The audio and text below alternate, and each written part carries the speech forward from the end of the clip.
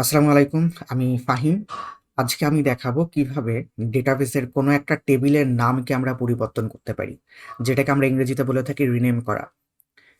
এখানে দেখতে পাচ্ছেন বর্তমানে আমার স্টুডেন্ট ডেটাবেস নামে একটি ডেটাবেস সিলেক্ট করা আছে এবং এই স্টুডেন্ট ডেটাবেস নামের ডেটাবেসের ভিতরে আমার কাছে আপাতত একটি টেবিল আছে। টেবিলটির নাম হচ্ছে স্টুডেন্ট। তো আমি চাইছি স্টুডেন্ট টেবিলটির নাম পরিবর্তন করতে।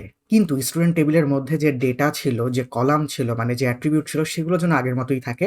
শুধুমাত্র টেবিলটার নামটা পরিবর্তন হবে। ঠিক আছে? নিশ্চয়ই বুঝতে পারছেন যে কাজটাকে আমরা রিনেমিং বলে থাকি ইংরেজিতে। আমরা যখন কোনো ছবি বা কোনো ফাইলের নাম পরিবর্তন করতে চাই আমরা সেটাকে রিনেম করা বলি।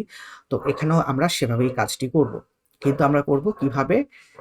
আমরা করব অবশ্যই কমান্ড ব্যবহার করে। যেহেতু আমরা শিখছি, রাইট? যেহেতু বুঝতে পারছেন কোনো একটা টেবিলকে আমি ডিলিট করতে চাইছি না। টেবিলের ডেটারও কোনো কিছু করতে চাইছি না। আমি চাইছি শুধুমাত্র টেবিলের কোনো একটা কিছু অল্টার করতে।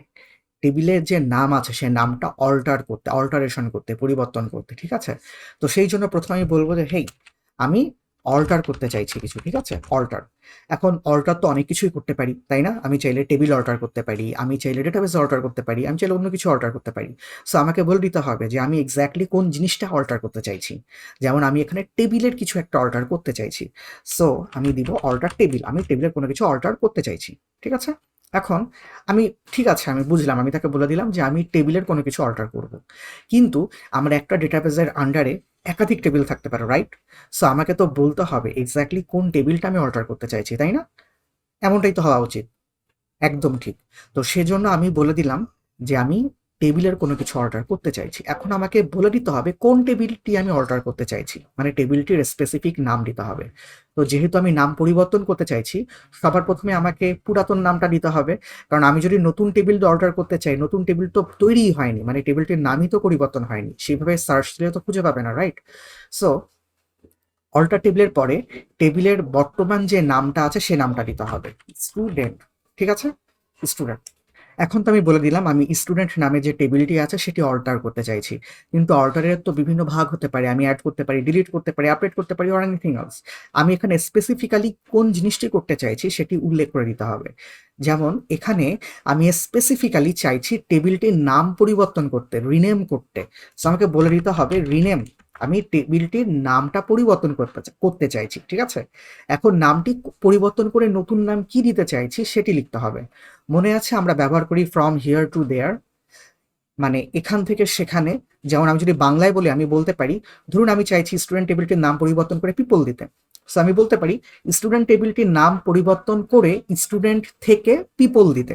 ইংরেজিতে আমি সিম্পলি বলতে পারি ফ্রম স্টুডেন্ট টু পিপল, তাই না? সো এখন আমাকে বলতে হবে টু। টু দিয়ে আমি কোথায় যেতে চাইছি, মানে এখানে তো কোথাও যেতে চাইছি না, এখানে আমি নতুন কি নাম দিতে চাইছি সেটি বলতে হবে। যেমন পিপল। স্টেটমেন্টটি শেষ করার জন্য সেমিকোলন। ঠিক আছে? তাহলে কি হলো? অল্টার টেবিল, কারণ আমি টেবিলের কোনো কিছু অল্টার করতে চাইছি। কোন টেবিলটি অল্টার করতে চাইছি সেই টেবিলটির নাম। আসলে কি অল্টার করতে চাইছি? আমি একটু রিনেম করতে চাইছি, তাই না? এখন রিনেম করে নতুন নামটি কি হতে চাচ্ছে সেটি টু দিয়ে লিখে দিতে হবে নতুন নামটি। ব্যাস এটুকুই।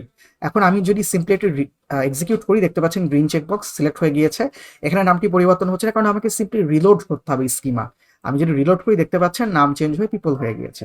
এবং এখন যদি আমি সিলেক্ট কমান্ড ব্যবহার করি, সিলেক্ট অল ফ্রম পিপল, আপনি যদি না বুঝে থাকেন আমি কেন সিলেক্ট কমান্ড এভাবে ব্যবহার করছি তাহলে আমার আগের ভিডিওটি অবশ্যই দেখে আসতে হবে। সেখানে আমি বলেছি কিভাবে আমি কমান্ড দিয়ে কোনো একটি টেবিলের সব ডেটা দেখতে পারি।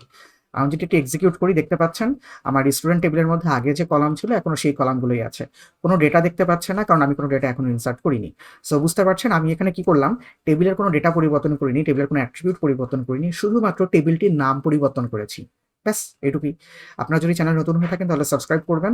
আমার আরেকটি ইংরেজি চ্যানেল আছে যেখানে আমি ইংলিশে কনটেন্ট পাবলিশ করি। আপনারা চাইলে সেখানেও সাবস্ক্রাইব করে আসতে পারেন। চ্যানেলটির লিংক আমি নিচে দিয়ে দিব এবং আপনারা আমাকে ফলো করতে পারেন। আমাদের ফেসবুক পেজ এবং ফেসবুক গ্রুপেও জয়েন হয়ে যেতে পারেন। Thank you everyone. দেখা হচ্ছে পরবর্তী কোনো এক ভিডিওতে।